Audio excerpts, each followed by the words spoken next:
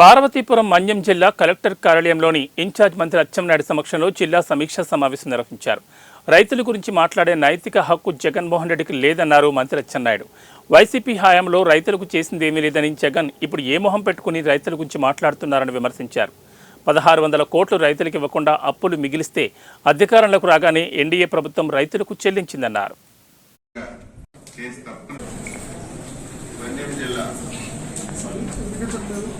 మొదటి ప్రణాళిక బోర్డు సమావేశాన్ని మనం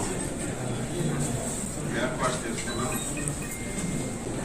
బ్యాక్వర్డ్ గా ఉన్నటువంటి జిల్లా, అందులో పేదరికం ఎక్కువగా ఉన్నటువంటి జిల్లా, దీనన్నింటికి మించి 33% ట్రైబల్ పాపులేషన్ ఉన్నటువంటి జిల్లా.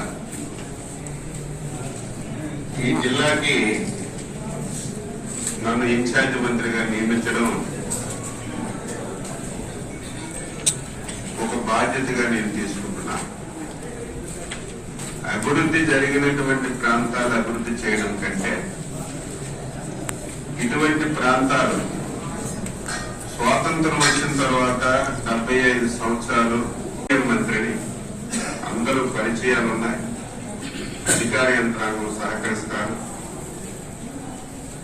మీ అందరూ నాకు సహకరిస్తే శాసనసభ్యులు, శాసన మండలి సభ్యులు, అధికార యంత్రాంగం సహకరిస్తే కొంతవరకైనా మార్పు తీసుకురాగలమని నమ్మకం, విశ్వాసం నాకుంది అని చెప్పి మీ అందరికీ సందర్భంగా తెలియజేస్తున్నాను.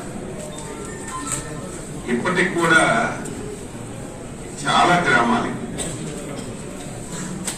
కనీస రహదారి సౌకర్యం లేకుండా ఉన్నాయి.